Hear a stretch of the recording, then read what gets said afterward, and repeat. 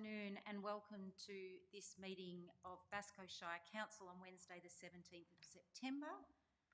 Mobile telephone reminder, please turn off all mobile telephones or in case of an emergency, please advise the Chair and switch to silent mode.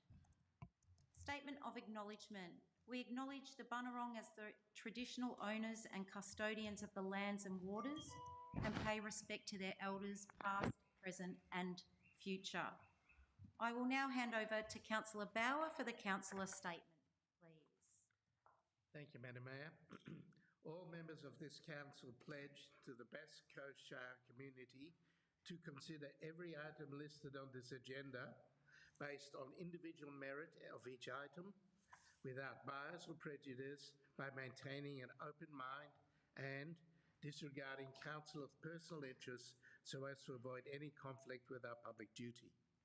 Any councillor having a conflict of interest in an item will make a proper prior disclosure to the meeting and will not participate in the debate or vote on the issue. Thank you, Councillor Bauer. Item 1 on the agenda is present and apologies. We have an apology from Councillor John Temby today. Item 2, declarations of interest. Yes, Madam Mayor, I have a general conflict of interest to declare on item 8.2 as I have a close working relationship with a property owner in the close vicinity to the application. Thank you, Councillor Morgan. Noted. Any other councillors have declarations of interest? Thank you, councillors. We'll move to item 3, confirmation of minutes of the council meeting held on the 20th of August 2025. Do I have a mover, please? Councillor Thompson. A seconder, Councillor Edwards. Thank you. Councillors, I'll put that to the vote. All those in favour? That's carried. Thank you. Mayor and councillor reports. Councillors would normally would forsake speaking to their reports and they will be placed in the minutes of this meeting. However, I wish to pull out a couple of notes from my report. First is a veil to Stanley Maggio.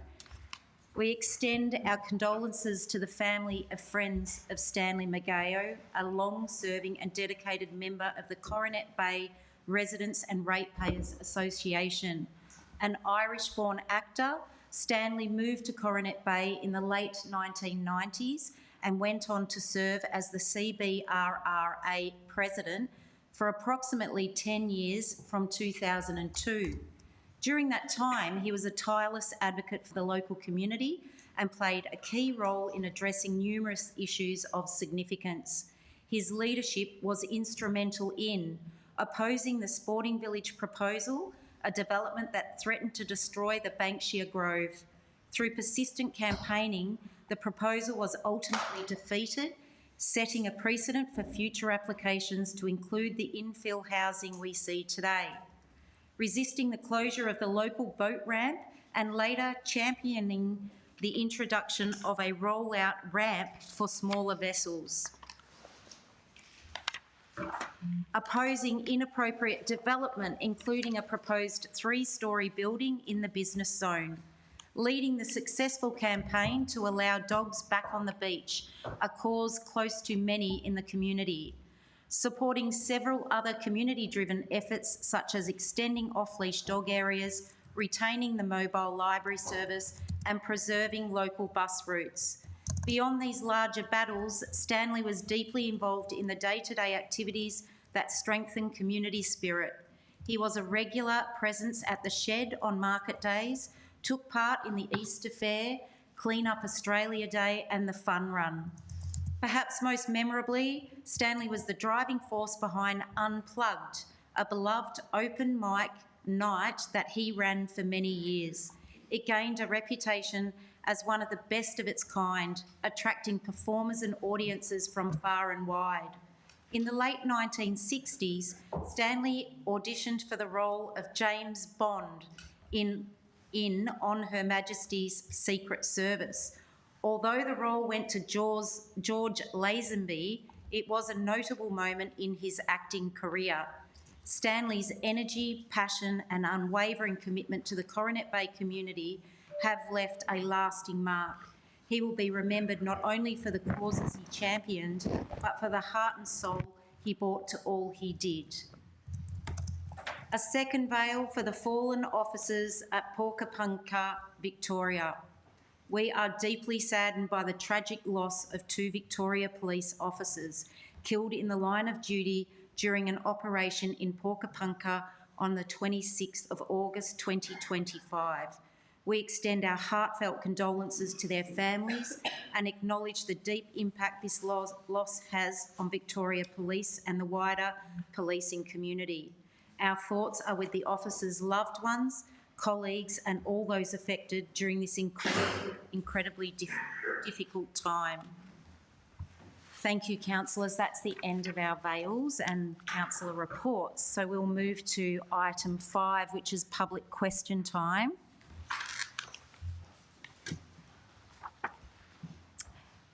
Is there any person present who has a question that has been submitted that would like to read their own question? Anyone in the gallery wish to read their own question? No? All right, I will do that on behalf of submitters. Question 1, Peter Fogarty. Topic, community engagement. What action does the Bass Coast Council take toward reviewing and ensuring the results of surveys done by members of the community aren't skewed through malicious activity or special interest groups attempting to manipulate data through fraudulent participation? Through the Mayor, Council values its community engagement and has taken steps to ensure feedback is genuine. We use trusted survey platforms with strong information security standards to help protect against fraudulent activity such as bots, fake accounts or multiple submissions from the same person. Survey data is hosted securely with safeguards in place to protect information at rest and in use. On top of this, Council staff carefully review data for unusual patterns to help ensure results reflect genuine community views. Question 2, Louise Lyle. Topic, speed limits. Council is proposing to reduce speed limits in a number of residential estates on Phillip Island to 30 kilometres per hour. Will Council please provide pedestrian crash data for the proposed estates where a reduction in speed limits is proposed to verify this is actually a problem? Through the Mayor, the proposed 30 kilometre per hour speed zones are not in response to pedestrian crash data.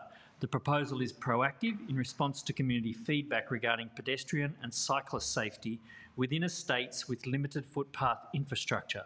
Traffic data confirms that traffic in these streets is currently slow moving. The proposal is intended to enhance safety for cyclists and pedestrians. Question 3, Louise Lyle. Topic, special charge calculations. In the special charge benefit ratio calculations, how is it that the number of vehicles per day are less in the peak times, i.e. Christmas holidays, than at other times of the year when Council states 60% of homes are owned as holiday homes? These figures do not compute. Through the Mayor, the number of vehicle trips per property is less in peak times. This is due to higher levels of tourist traffic, including on Phillip Island, resulting in fewer property owner trips. There are more vehicle movements along the roads in peak times, but this is due to external tourist traffic. Question 4, Philip Davey. Topic, contractor rates. Council states costs to construct a narrow 5.4 metre wide residential street have doubled in cost from $2 million to $4 million per kilometre in less than 2 years. This is not cost of living but appears contractor gouging. What is Council doing to ensure contracts are value for money for ratepayers? Through the Mayor, construction costs increased across all sectors after the COVID-19 pandemic due to labour and material shortages, and prices are now beginning to stabilise. Council has several measures in place to ensure value for money for the community. Council's procurement policy requires it to source capital expenditure projects with a value of more than $300,000, including roads projects through a public tender process. Minor capital works projects are subject to a competitive quotation process. Council has also established annual supply contracts to secure construction rates for up to 3 years. Additionally, Council works with industry bodies such as the MAV to review construction rates and, according to the September Council agenda, is considering participation in the MAV statewide roads contract to access volume discounts and collaborative buying group opportunities. Question 5, Sue Chadwick. Topic, volunteer plaque. For many years, a plaque honouring the service of volunteer ambulance drivers existed on a memorial garden outside the old Civic Centre in Cowes. Councillors, will you find this plaque and restore it outside Burnaneet, as unpaid volunteers will always be the nucleus of any community and rarely acknowledged? Through the Mayor, Council recognises and values the substantial contribution made by volunteers to our community. This plaque was installed on a fountain at the front of the former Cowes Civic Centre and it was removed sometime before the building was demolished. The present location of the plaque is unknown. Question 6, Fred Morris. Topic, social housing contracts. How many contracts has Council in its own right signed to build social and affordable housing over the last 3 years after the state government provided $25 million to Bass Coast? Through the Mayor, Council does not build social and affordable housing. The $25 million assigned to Bass Coast is a program entirely managed by Homes Victoria. Council facilitates social housing outcomes through advocacy, leveraging the planning scheme and the contribution of council land. Bass Coast has signed contracts to contribute land for 2 funded social housing developments. Council works closely with community stakeholders, community housing providers and the Victorian Government to maximise investment through the big housing build. At present, 12 homes have been completed with 56 more underway, representing a total investment of $37.5 million. Question 7, Graham Jolly. Topic, Cowes Streetscape. Stage 1, Cowes Streetscape final construction design has been issued to a contractor after recent design modifications. Engage Bass Coast does not show the final construction design. Please provide the actual final construction design plan for public viewing to Stage 1. Through the Mayor, refinements made during tendering have allowed us to reach the best return on investment for the project for Bass Coast. The changes do not diminish the delivery of a new town centre that will transform Cowes. An updated render will be published on Engage Bass Coast in coming days. Question 8, Gina Rosamalia. Topic, organisational structure. The CEO has restructured the organisational employment of Council to establish 3 senior managerial positions, previous being 4. Future Places, Community and Cultural, and Innovation and Engagement are the 3 departments. Please provide an explanation for this reduction. Through the Mayor, the change from 4 to 3 divisions supports a stable, sustainable structure and enhances collaboration between and within divisions. The organisational structure offers Council improved efficiency and service delivery, clearly defined roles and responsibilities and greater financial sustainability. Question 9, Ernie Westergaard. Topic, ESVF.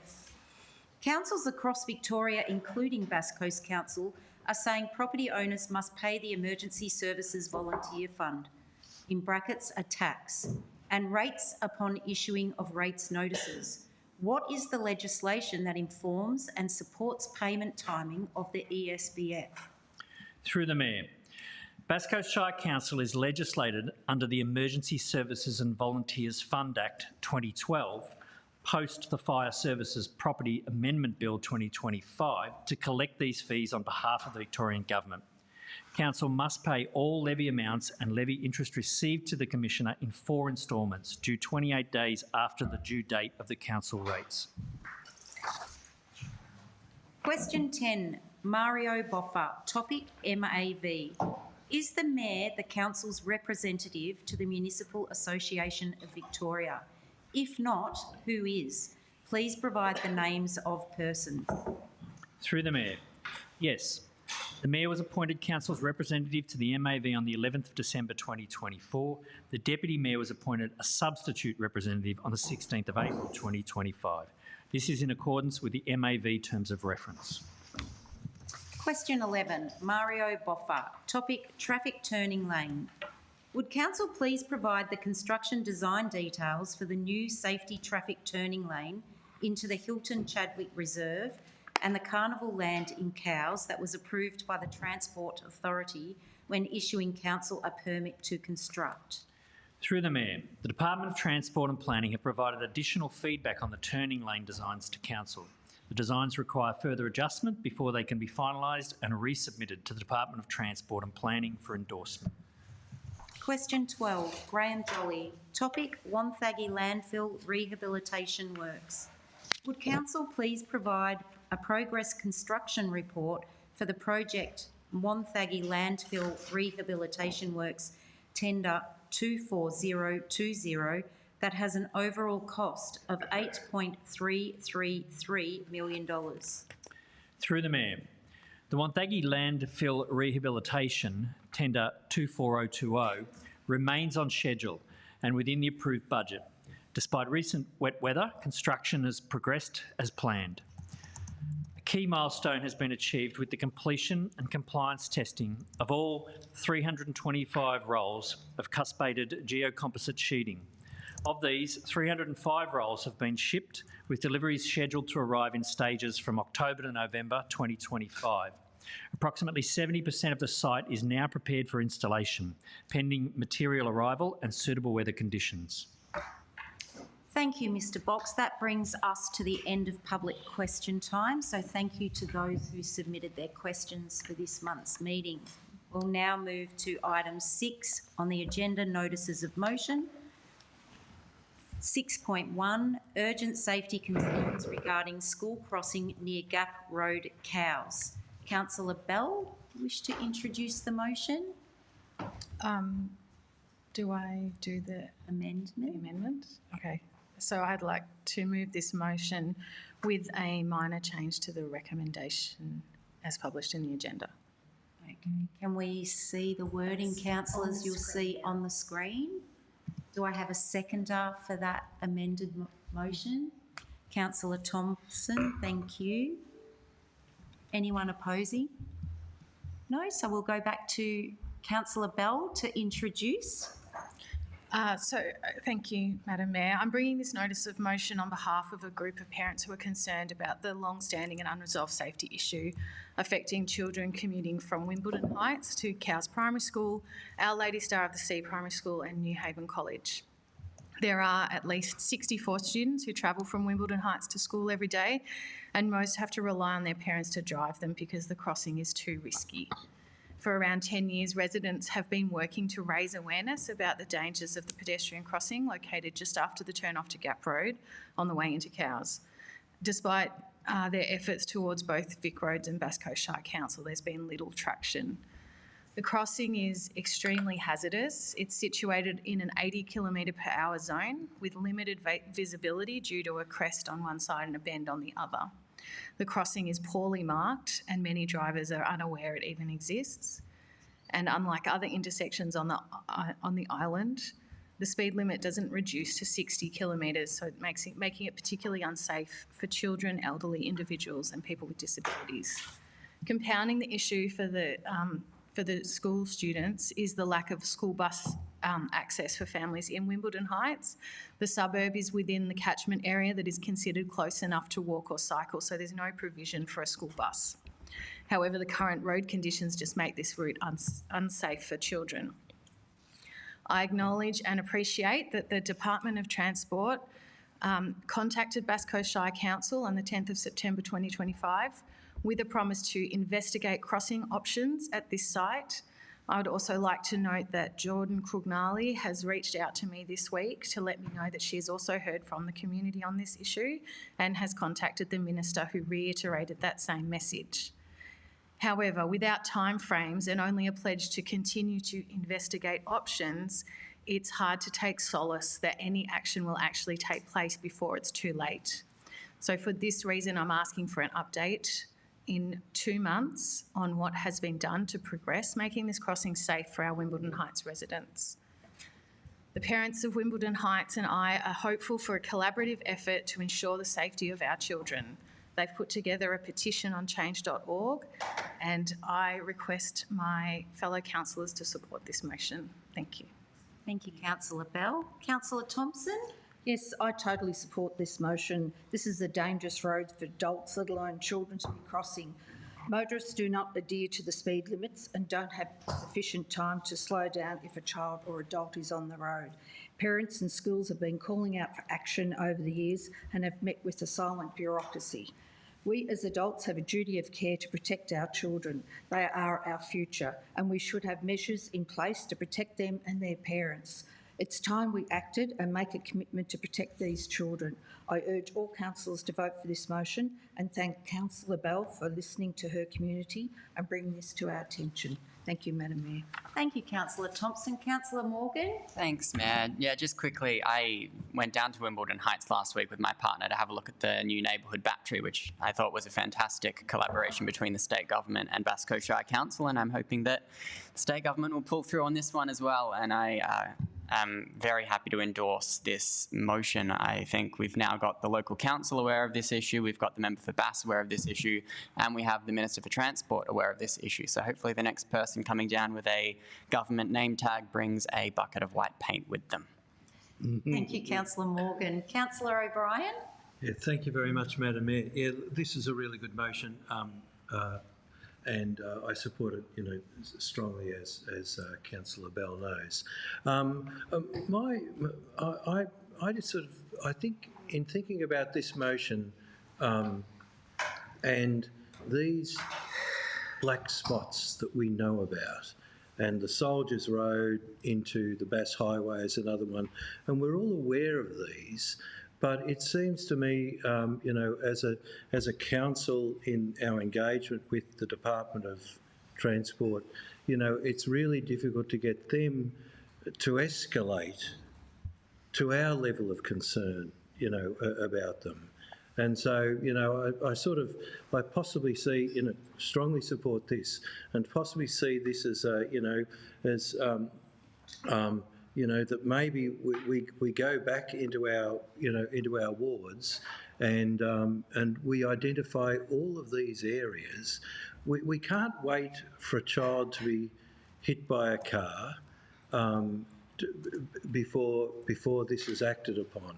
And in the same way at Soldiers Road, we have too many of our local emergency service people, the CFA, going down there and dealing with dreadful things, where, bodies are really severely damaged. When we know about these places that are dangerous, why is it so difficult? So in speaking to this, I speak to it with a question. Why is it so difficult to get the Department of Transport to escalate their concerns to our level of concern about these things and get them acted upon? I strongly support this motion. Yeah, well done. Thank you, Councillor O'Brien. Councillor Bauer? Thank you, Madam Mayor, fellow councillors and members of the ratepayers watching this meeting. I commend Councillor Bell on putting this motion forward. Congratulations. This intersection desperately needs measures taken to protect the children when going to school from the Wimbledon Heights. In the last council, I raised the issue of a shared pathway along Coghlan Road to Phillip Island Road, which children use to get to the various schools from Silverleaves and the Shearwater Estate. But this is just one of but a few urgent crossings we need. We also need a proper pedestrian crossing at amazing things so cyclists can safely cross Phillip Island Road. Otherwise, cyclists and pedestrians hit the end of the path at the blind bend at Coghlan Road intersection and take their lives into their own hands. I don't want to take anything away from this motion, and I hope that Gap Road crossing is built quickly. And again, I support this and commend Councillor Bell for the motion. Thank you, Councillor Bauer. Were there any other councillors that wish to comment? Councillor Bell, would you like to sum up or put to the vote? Sum up? Yeah, I'll sum up. Yeah.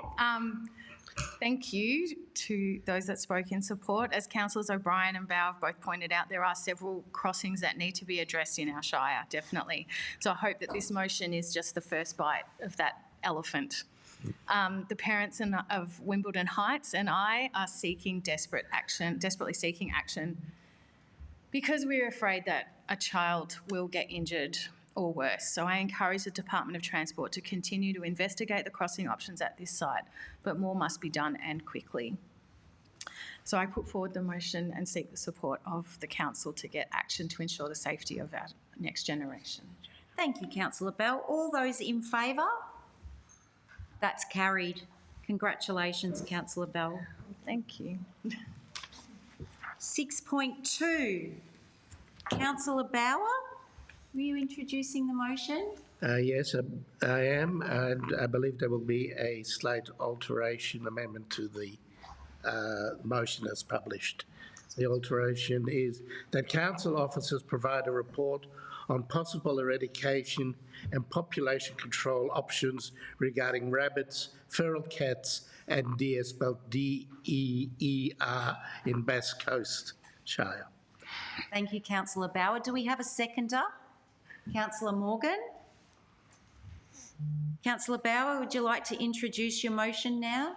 Thank you. I'd like to start with the definition. Rabbits equals all pests in this motion. I hadn't had time to change the speech accordingly. Madam Mayor, fellow councillors and members of ratepayers watching this meeting. Since last year's election, the two most asked questions I have been asked is what's happening with the rec reserve and what is council doing about the bloody rabbits? This motion is asking for a report. I note that with interest from the officers' report attached, this issue has not gone unnoticed by key players on the island. You can now say Shire. Madam Mayor, they are everywhere. The rabbits are burrowing under people's homes, they're digging up everybody's gardens. I know a gardening cow's worthy of a feature in the article of Gardening Australia, where according to the owner, at least $20,000 worth of damage has been done by those pests. The damage that they're doing to native flora is horrendous. I have no doubt that the rabbits do not distinguish between private and public property. So they must be costing the council a fortune in both appearance and maintenance of our public assets. Another issue with the burrowing and the hole digging is the occupational health and safety issue. The holes caused are a tripping hazard. A person can easily twist an ankle or break a foot. If the rabbits attacked the penguins like the foxes did, there wouldn't be a rabbit left on our island. A remedy, no matter how severe, would already have been put in place. I note with great interest the officer's report accompanying this motion. I have asked many times what we can do about the problem, and the answer has always been it's difficult because of the native wildlife. I accept there's no easy solution to this. However, humans have a right to live here as well. I hope that the innovative control measures, together with the Nature Parks PhD student assessment of the innovative measures, yields results. I hope fellow councillors understand this motion becomes the basis for actions and remedies being reported back to the community, though the true measure of any remedy will be the lack of rabbits being seen. I commend the motion to the chamber. Thank you, councillor Bauer. Councillor Morgan? Thank you, Mayor, and thanks, Councillor Bauer, for bringing this motion forward and working collaboratively with fellow councillors. I think it's important that we note that there are feral animal problems all across the Shire, so I'm happy to see this report covering that whole area and including other species of animal as well. I would love to say that I'm optimistic that this report will come back with some magic solutions. I know that this is a very difficult problem, particularly with rabbits, and the breeding conditions as there's a warming climate means that they will breed like rabbits. So yes, we have a huge problem. This problem doesn't just go into public Crown land, it also goes onto private property as well, which is a increasingly difficult problem, particularly for local government. But I hope that this report brings some clever ideas and I look forward to reading it. Thank you, councillor Morgan. Any other councillor wish to make comment? Councillor Bell? Yeah, I'm glad that the scope of this notice of motion has been expanded to cover the Shire and pest management in general. I think last night at the Casey Council put forward a similar motion, approved a similar motion, and so I think being so close there could potentially be some room to collaborate to share ideas and maybe make it maybe an advocacy piece to DECA from a number of councils to get action. Thank you, councillor Bell. Anything further, councillors? Councillor O'Brien? Yeah, at the risk of being a windbag, speaking to everything, but yes, look, the feral animal problem is one that is a problem in our shire. We put cameras in the Western Port woodlands, and we're very surprised to discover, deer, pigs, you name it, wandering around there. And it's apparent to me, being we've got a conservation reserve, down the end of our street. Just the loss of the lowest story. There's mid-story and there's upper story in those reserves, but with the overpopulation of wallabies and with the overpopulation of rabbits, we're really missing, that the mid-low and the lowest understory. And I note that we have council officers going around. If there are weeds around a stop sign, they get sprayed. So we do have affirmative actions in place to control weeds, gorse and so forth. But maybe we need to extend some of those roles. And maybe it's happening. I don't really know enough about what's happening in council, but maybe we need to extend some of those roles to extend to the feral animal control, because it's very easy to walk out into your garden to see that the $200 or $300 worth of plants that you put in the day before have all gone, thanks to rabbits. And on our property we've probably got two or three dozen. Can't shoot them, unfortunately. Can't, I think Pindone is now out of, it is no longer supplied because of risks to unintended, wildlife. So we do need to know what can we do about it, both as residents but as councillors. We need to take some steps to deal with this, I feel. Thank you, councillor O'Brien. Any other councillor wish to speak? I might just make one comment, if I can, from the chair. I've noticed on social media platforms, specifically in the Waterline, Jan, councillor Thompson, yes, you would know, as recently as last week there were deer on the road. So I'm really pleased that you've included deer in this, councillor Bauer, because not only are these pests eating gardens, but they do pose a risk on roads.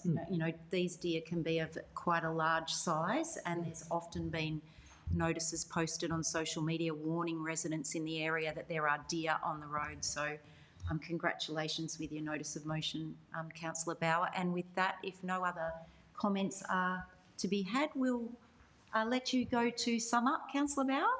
Thank you, Madam Mayor. I just want to thank Councillor Morgan for his input on this motion, and I thank Councillor Bell for contribution and understanding that now that it's a broader motion that she's, I think from the way she's spoken, in favour of the motion. This motion is a really urgent thing that we need to do, and I think that Councillor O'Brien has, in his usual eloquent way, summed it up. And when it was originally put up, it was said, really, but I really think it's something that we need to look at, and it's for the whole Shire, and that's how motions are created, that start with a thought and then it's workshopped. And it actually reflects on this council, how well we work together to come to a common ground so we can move forward as a group. And I'm really proud of that. And on that note, I wish to put it to a vote. Thank you, councillor Bauer. All those in favour? That's carried. Thank you, councillors. Thank you, councillors. All right. Thank you, ma'am. Next item on the agenda, 6.3.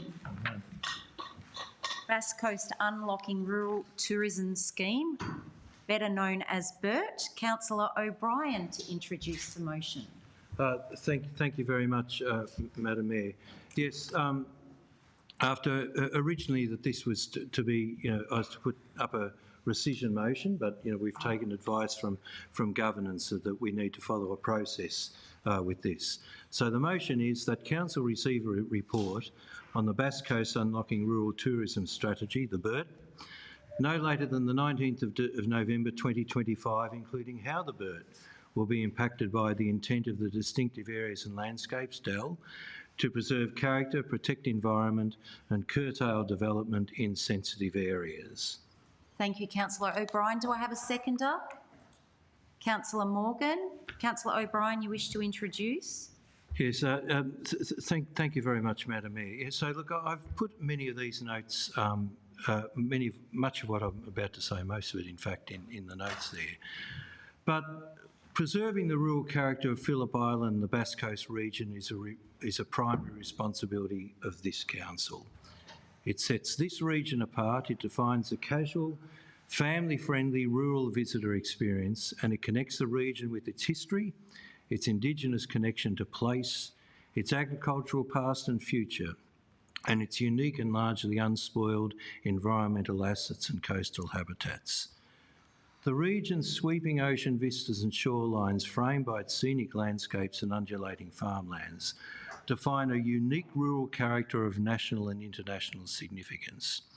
Furthermore, the Bass Coast community regularly places the preservation of the rural character of Bass Coast and Phillip Island high on its list of key concerns. This is what the ill-conceived BERT, as it stands, puts at risk. The narrative to the BERT indicates its intent to facilitate mid to large-scale tourism development in areas now restricted by farm zone and farm activity zoning, essentially being to unlock restrictions within the planning scheme to large-scale development in farm zone areas. In so doing, it brings a host of potential unintended consequences, prime among them being undermining the intent of the DEL around preservation of character, protecting environment and curtailing development and growth outward into sensitive areas. The tensions outlined in the BERT around attracting and facilitating expanded tourism developments through rezoning potentially sits at cross purposes to the DEL. 2. In facilitating rezoning under the BERT, it encourages land bank purchasing, pushing up the price of farmland and capital values. It's ill-considered foundation that proposes, and to quote, strategic work being required to determine the productivity of agricultural land across the Shire, close the quotes, shows that outside its nominated sub-regions and special use zones, no farmland is safe, no farmland is out of reach. It poses risk through encroachment to some of our most treasured places, hinterland and shorelines. The BERT pleases almost no one. There is significant opposition from Bass Coast farmers, National Farmers Federation and REG, conservation groups such as PICS, community groups such as Island Voice, and given the expressed outcomes of community engagement surveys as to the importance of preserving the region's special rural character and environment, it has little to no support within the community. It is also opposed for the dangers in its ambiguities by Jeff Floyd, former CEO Parks Victoria and Tourism Victoria and former chair of the Nature Parks Board. The dangers to the region's character, environment and recognised identity is most evident in these words. There is opportunity for scheme provisions and policies to be changed to establish a nexus between appropriate tourism activity that complements, protects and enhances the surrounding landscape values. Those words, straight out of a developer's playbook, should carry a chill for all who recognise their intent. What we are asking for here is a re-examination of the scheme and for a report on that re-examination in the context of the DEL to be delivered no later than the November Council meeting, at which or following we can endorse or seek a discontinuance of this strategy.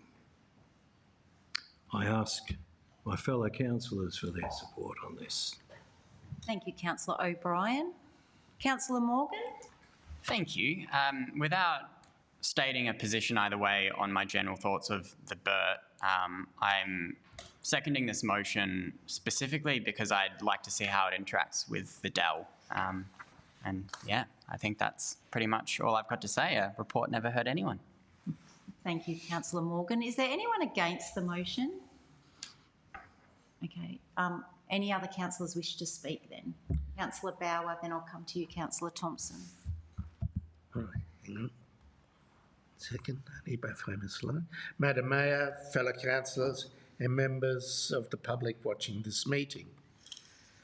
When the Bass Coast Unlocking Tourist Strategy, the BERT, was introduced in the last council, I voted against it then.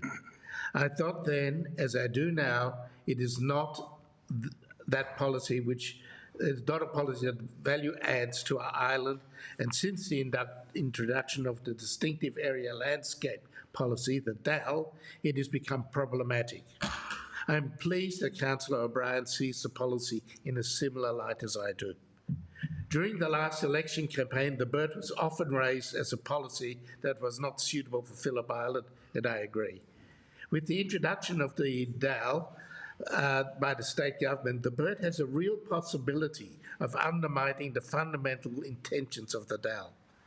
This is to protect... Councillor Bauer, sorry to interrupt.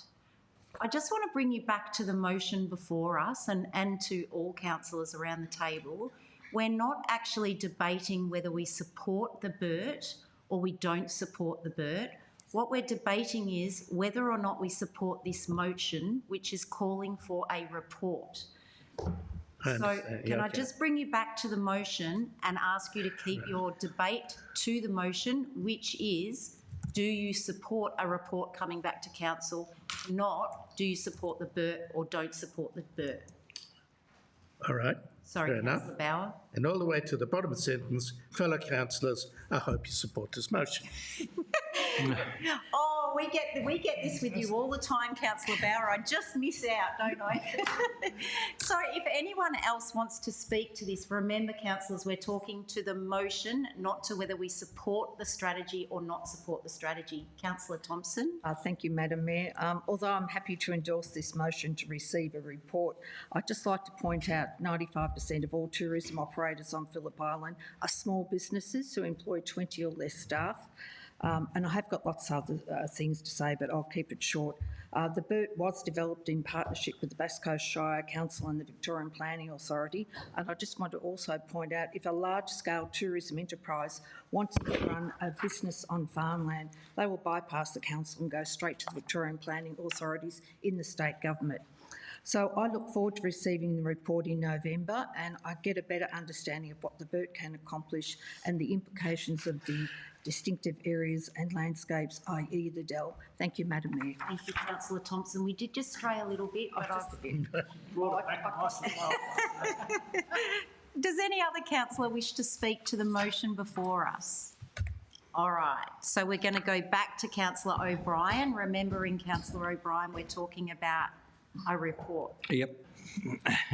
Thank you, Madam Mayor. Yes, fellow councillors, yes. If we're unable under governance rules to rescind that decision of March 2023, but to wait as this motion proposes to November before we can vote on its discontinuance or not, then that is what I ask you to support. And Madam Mayor, as councillors, we don't sit here in council to make decisions about today or tomorrow. I have a point of order, Madam Mayor. According to our new... Order, Councillor Morgan. In terms of relevance and our new governance rules, summing up motions needs to be relevant to debate points made during that motion. And I did allow some debate points through, didn't I, Councillor Morgan? I don't think anyone spoke against the motion. I thought, oh, I didn't speak sound to me. No, I didn't speak against it. So our governance rules are not to allow a sum up if there's no one against the motion. Is that correct? Yep.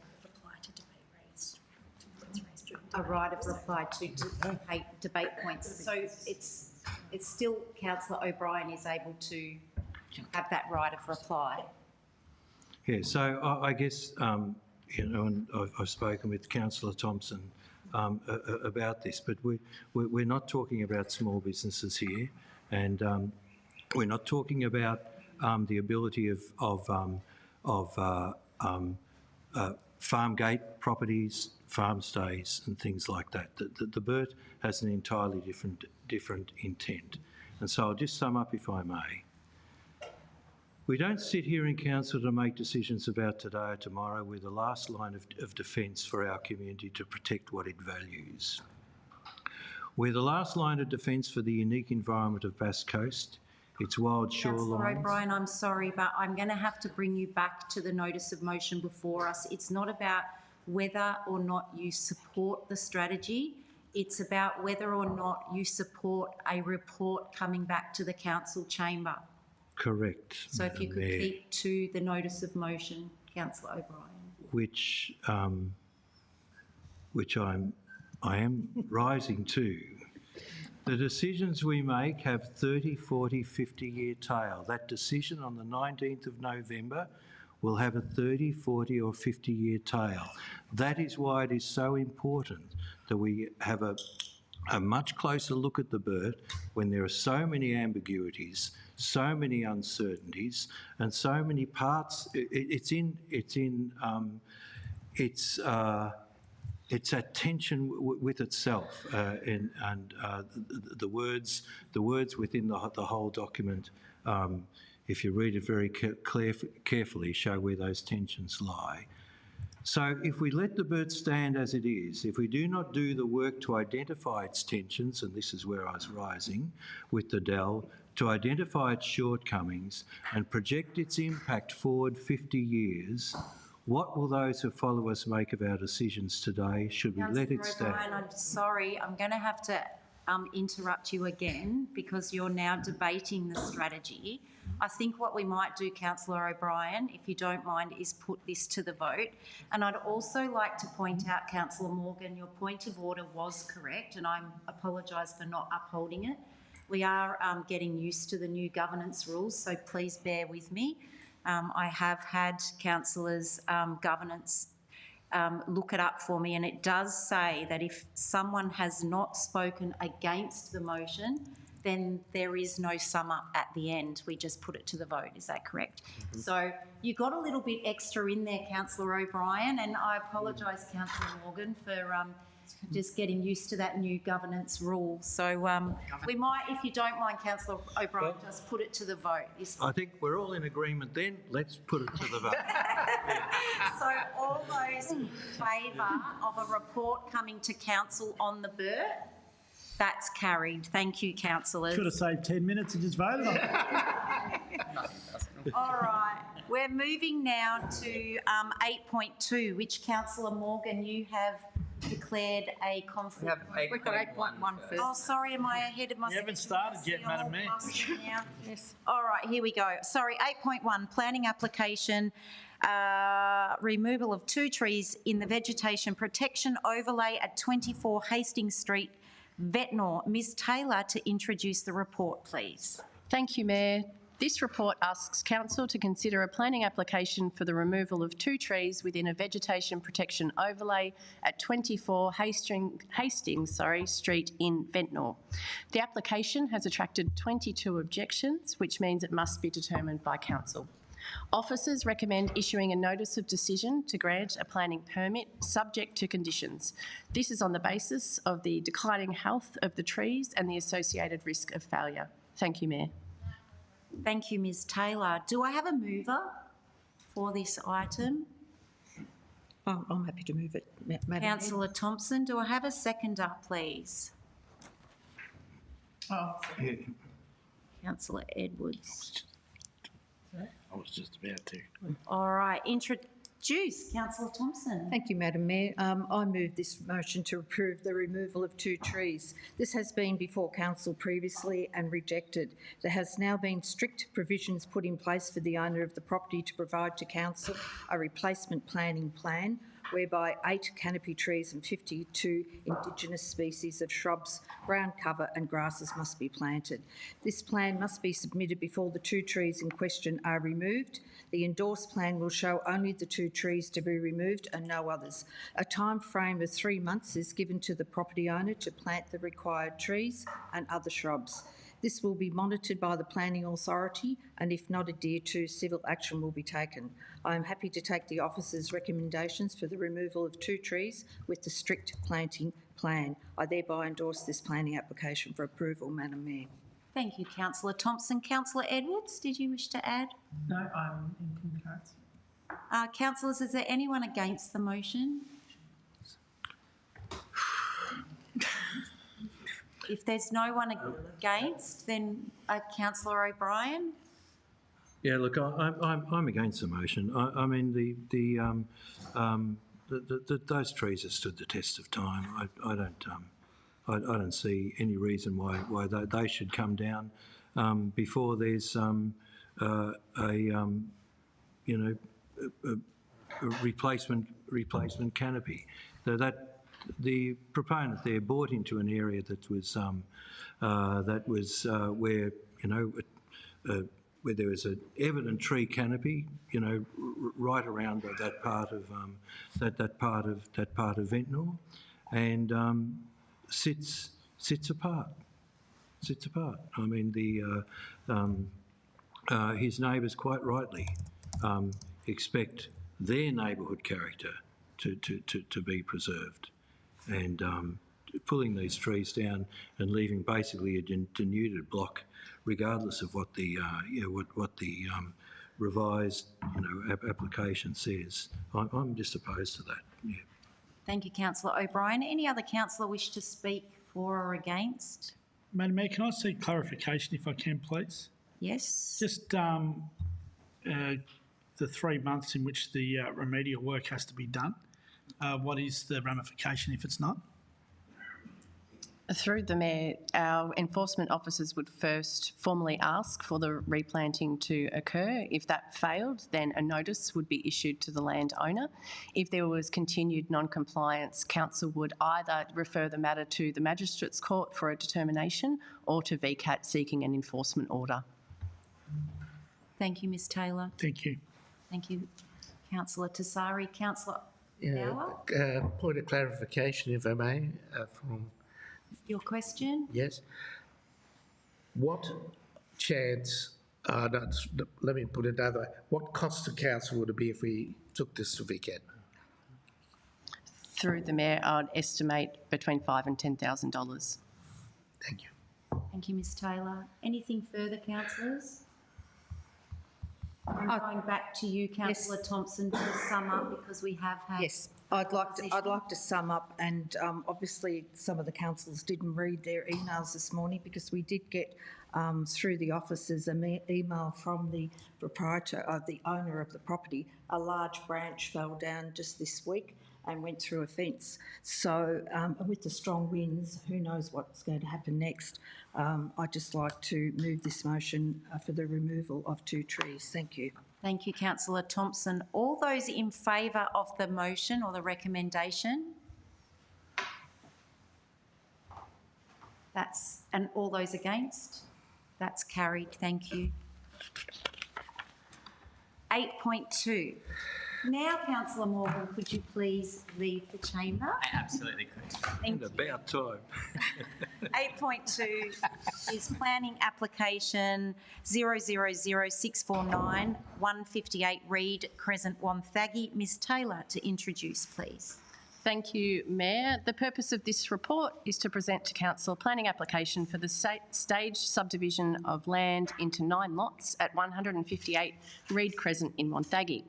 The land is zoned low-density residential and is also within a design and development overlay. A total of 17 objections were received, requiring the application to come to Council for a decision. Officers recommend issuing a notice of decision to grant a planning permit, noting that the subdivision is consistent with state and local planning policy and meets the requirements of the planning scheme. Thank you, Mayor.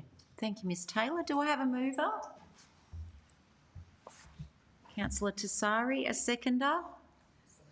Councillor Thompson. Councillor Tassari? Thank you, Madam Mayor. I'm happy to move this. I know the developers, they've been working with the council now for quite a long time to try and get this across the line. Growing up, or spending my first 15 years of my life up at that end of the town, this area was always a swampy sort of paddock area that with a dusty dirt road that nothing much happened up there. So it'll be actually nice to see it sealed, fixed up, drained properly, and have some housing there. So I'm happy to endorse this. Thank you, Councillor Tassari. Councillor Thompson? Yes, thank you, Madam Mayor. I'm happy to endorse this plan as well. This is a subdivision of 9 lots, all over 2,000 square metres in low-density residential zone. The drainage issues which were discussed have been now met to the satisfaction of the planning officers, and there are provisions for canopy trees along the streetscapes. It is adjacent to the Range Estate in the south, where over 80 lots of approximately 2,000 square metres in size have been approved and building has already commenced. This plan is in keeping with other large residential allotments in the area. There are 17 objections which were taken into account when considering the assessment of this application, and has been recommended by planning officers that council approve and issue a planning permit. Wonthaggi is in a prime area of housing division, a subdivision, and this plan is consistent with state and local planning policies. I hereby move this plan to be approved, Madam Mayor. Thank you, Councillor Thompson. Is there any other councillor that wishes to speak against the recommendation? Therefore, Councillor Tassari will put straight to the vote. Those in favour? That's carried. Thank you. Could we ask Councillor Morgan to return to the chamber, please?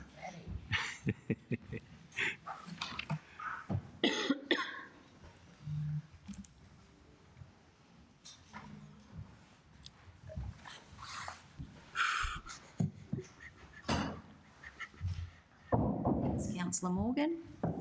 We're now on 8.3, the Esplanade, Sunderland Bay Road to Batman Street Road and Drainage Upgrade Project. Notice of declaration. Ms Taylor to introduce, please. Thank you, Mayor. The purpose of this report is to present to Council the proposed road and drainage upgrade of the Esplanade between Sunderland Bay Road and Batman Street at Surf Beach. Following earlier Council resolutions, the statutory process for a special charge scheme has been undertaken. 11 submissions were received with 2 objections lodged. The report recommends that Council proceed with the declaration of the special charge scheme to allow the upgrade to go ahead. Thank you, Mayor. Thank you, Ms Taylor. Do we have a mover? Councillor Bell, a seconder? Councillor Thompson. Councillor Bell, would you like to introduce?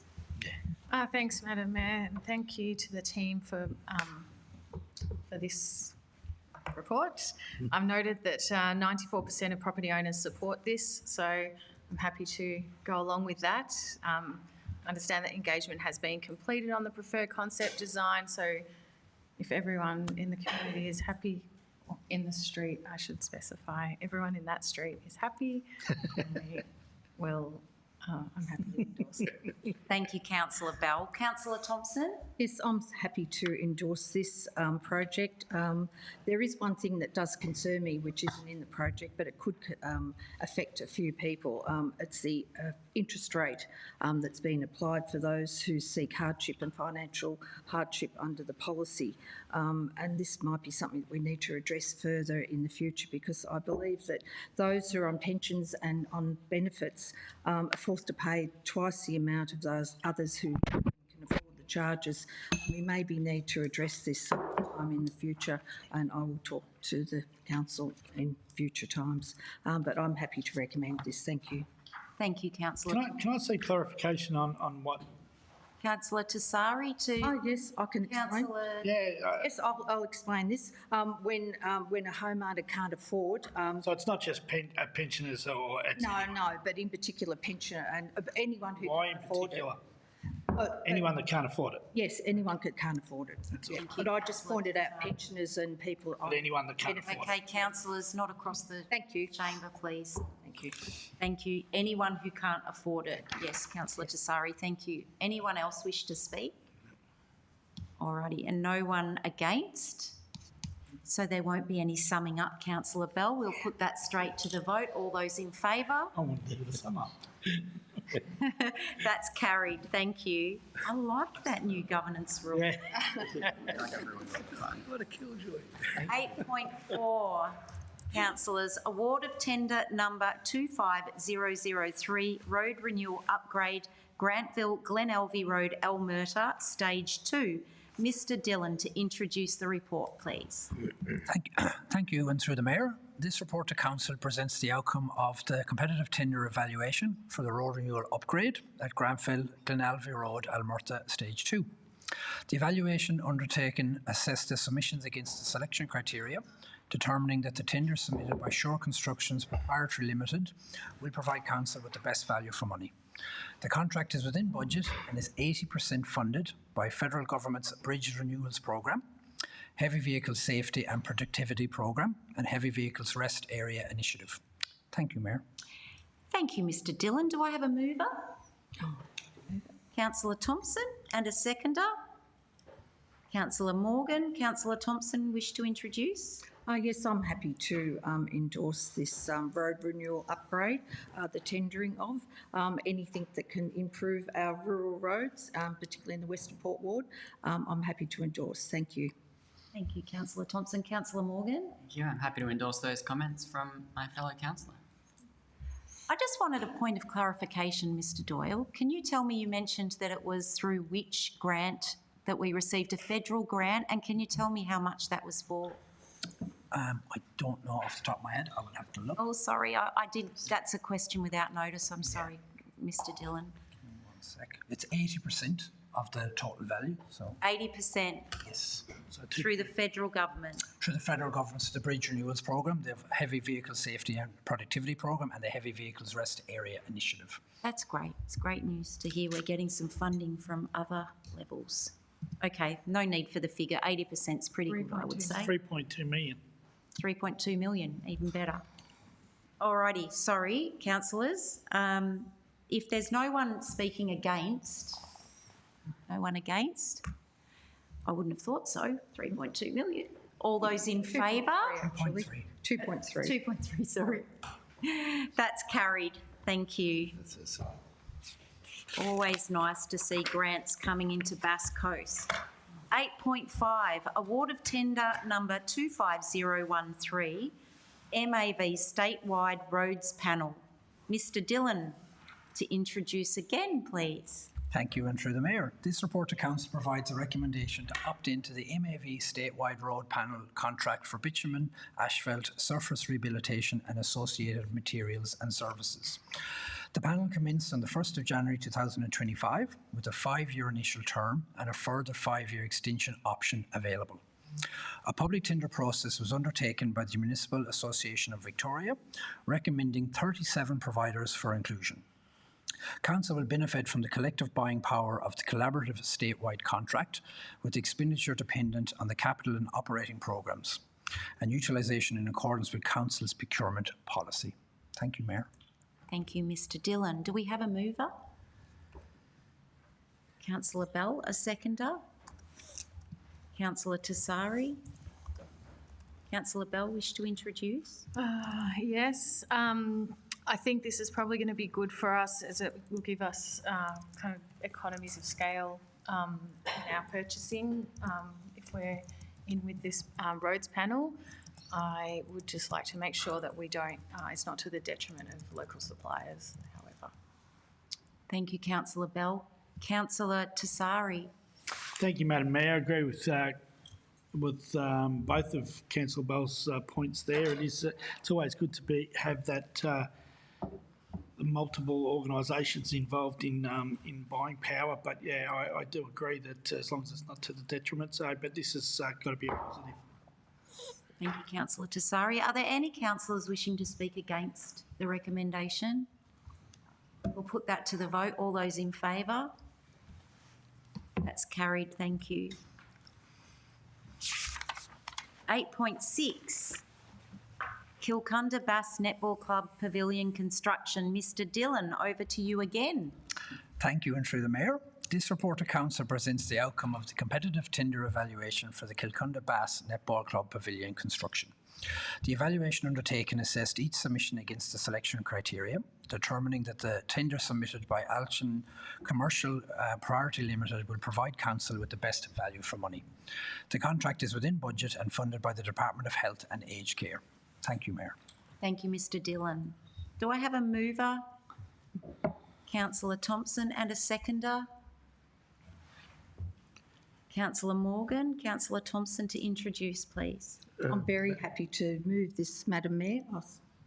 Did you have, I'd like a point of clarification, but it can be after the introduction. that's okay. If you can hold 1 second, Councillor Thompson. No, actually, I think Councillor Thompson. Yeah, she's got the floor. Probably needs to introduce first. Sorry, Councillor Bauer. That's fine. Thank you, Madam Mayor. I'm very happy to move this to be approved. The Kilcunda Bass Netball Club have been waiting for this long time, and everyone's looking forward to getting under shelter and having some proper dressing rooms, etc. And particularly the ladies who play football and other sports down there. So I'm very happy to move this. Thank you. Thank you, Councillor Thompson. Councillor Morgan. Thanks, Madam Mayor. Yeah, I think Kelly Bass has long been waiting for these upgrades, and we're very happy to see any investment in local community-based sport. It's great for everyone in our community, and great to see the gender impact assessment being carried out as well before this contract was awarded. Thank you, Councillor Morgan. Councillor Bauer. Thank you, Madam Mayor. Point of clarification, Mr Dillon. What criteria are used for the matrix of awarding tenders, and what weighting is given to firms inside the Shire to applicants from outside the Shire? Thank you for the question, Councillor, and through the Mayor. There is a selection criteria presented, and that's provided to submitters and how they will be rated and scored against. In terms of benefit to the local economy, there's a 5% weighting provided, and there's a definition provided to the providers on how that will be assessed. And further point, is the local firms weighted above outside Shire firms? Yes, so there's 5% provided to local suppliers. Thank you very much for the explanation. Thank you. Thank you, Councillor Bauer. Thank you, Mr Dillon. Anything further, councillors? Councillor Tassari. Madam Mayor, I was seeking clarification on the terminology of local, because that's always a little bit clouded in construction tenders. So if I could get that one. Yeah, thank you for the question, Councillor, and through the Mayor. We do define in that criteria what it means to be local. So we have the Bass Coast Shire Council region, which only is towns within the Bass Coast Shire Council municipality, but we also broaden that to the broader region, which includes Bau Bau Shire Council, South Gippsland Shire Council, City of Casey, Cardinia Shire Council, Latrobe City Council, Wellington Shire Council, and East Gippsland Shire Council. So in this case, all those councils are regarded as local. Gippsland region. Is there any councillor against the recommendation? No. All right, all those. Oh, Councillor Tassari, you wish to speak, Councillor? No. All righty. So therefore, we'll go back to Councillor Thompson to sum up, please. Thank you very much, Madam Mayor. If we could just move it to a vote, please. Thank you. All right, all those in favour? All those against? That is carried. Thank you, councillors. May I be recorded as an abstention, please?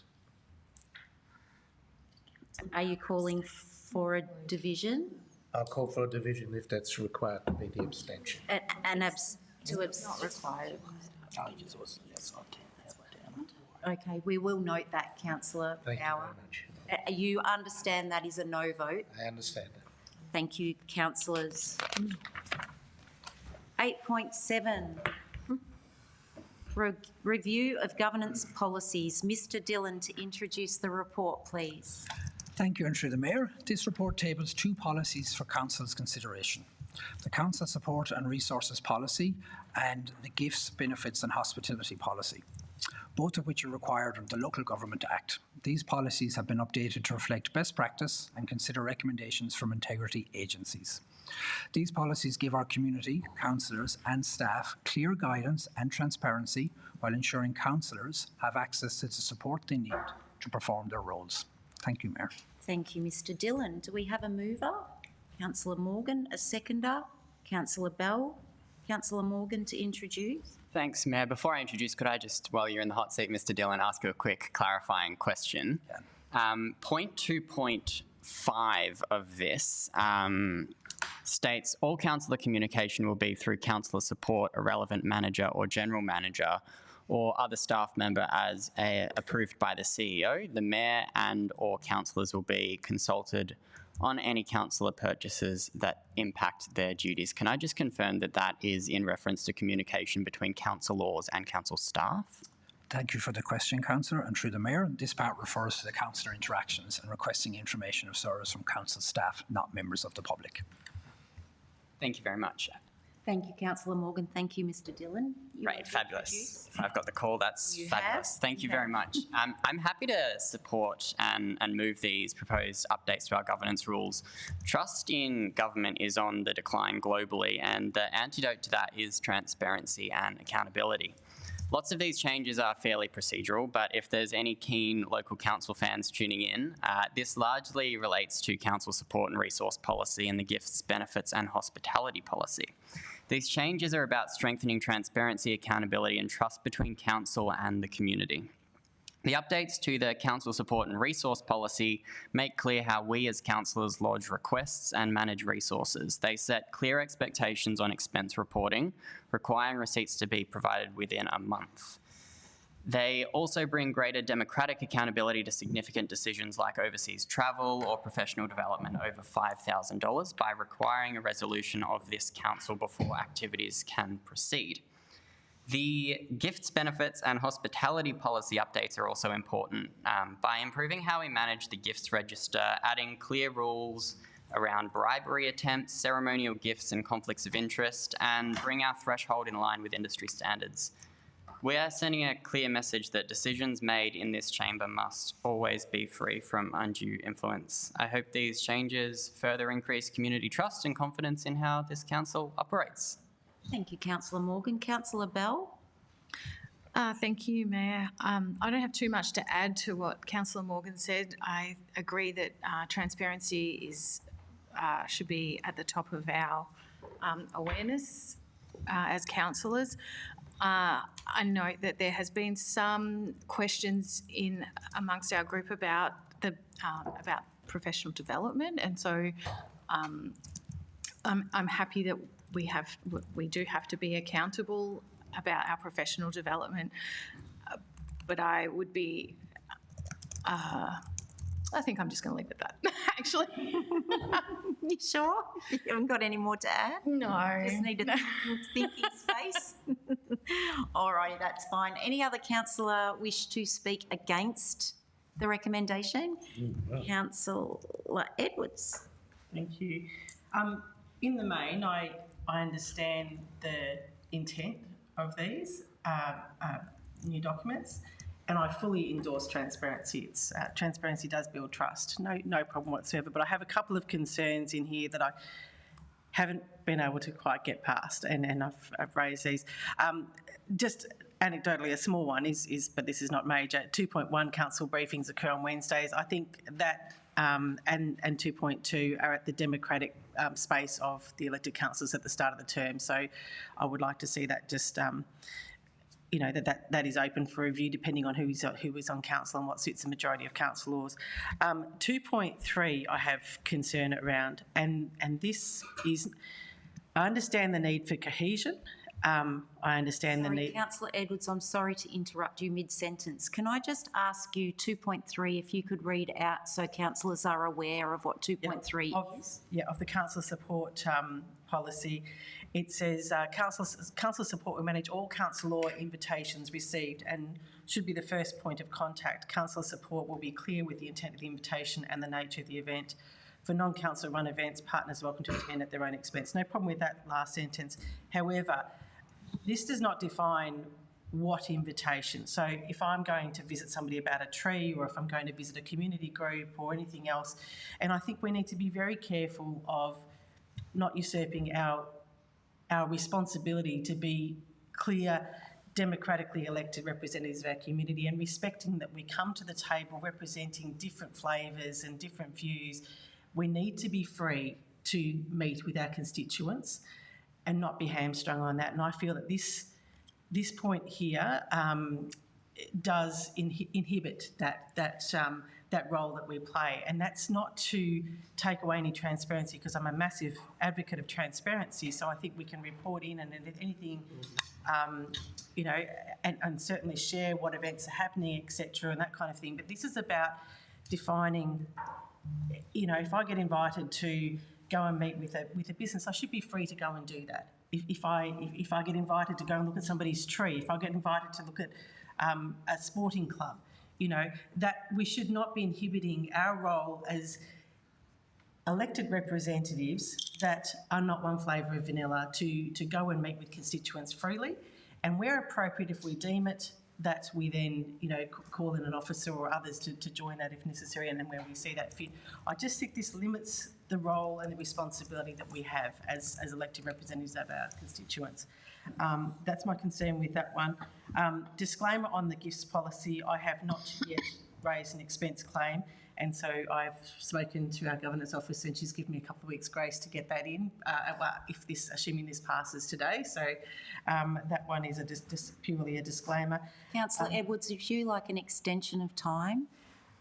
Yes, please, but I won't need much. And on the gifts policy also, no major ones. I don't have any major concerns with there, only that 10.1, and now I can't find it now that I'm looking for it. I'm in the construction industry.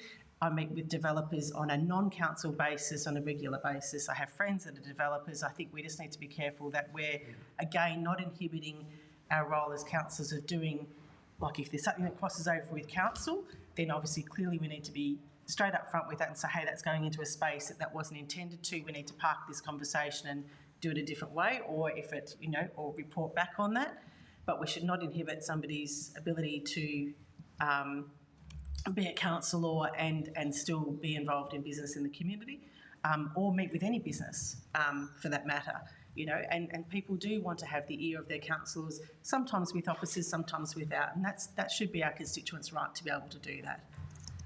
But notwithstanding that, if there's an issue that comes up that we feel crosses over, I think that comes to our responsibility. I certainly have not met with anybody that would have breached this policy so far, but I want to make sure that we're not at the same time inhibiting our role as representatives. Thank you, Councillor Edwards. Is there any other, Councillor O'Brien? Yes. Will you be speaking for or against? Not quite sure yet. Okay. Madam Mayor, look, I'd like to support what Councillor Edwards has said. I think around that notion of being able to meet with constituents.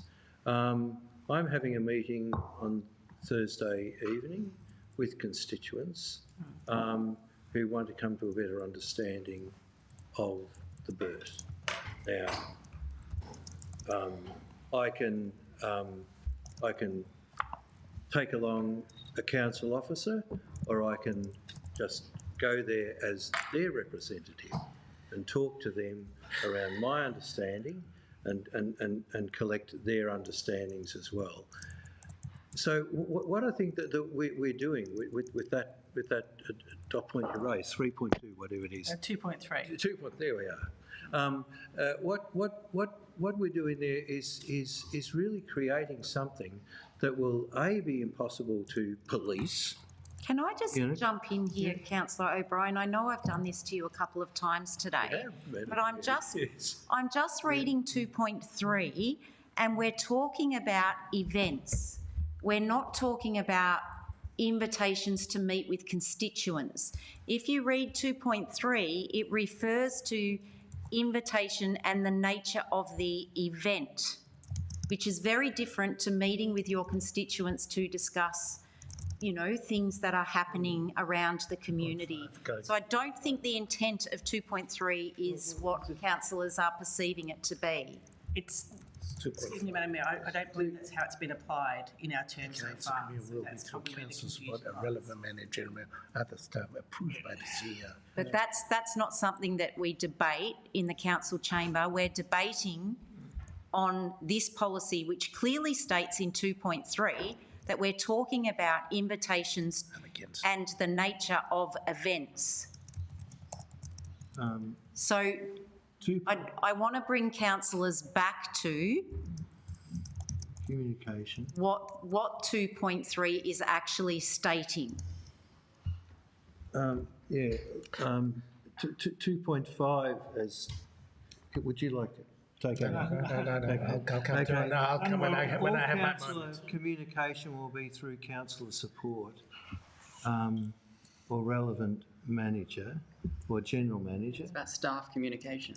That was something that Councillor Morgan clarified at the beginning with Mr Dillon about that being in relation to communication. So you can still continue, Councillor O'Brien, but I just wanted to make that point that 2.3 is in relation to invitations to events, not invitations to meet with constituents or sporting clubs or to talk about the needs of our community. We're certainly...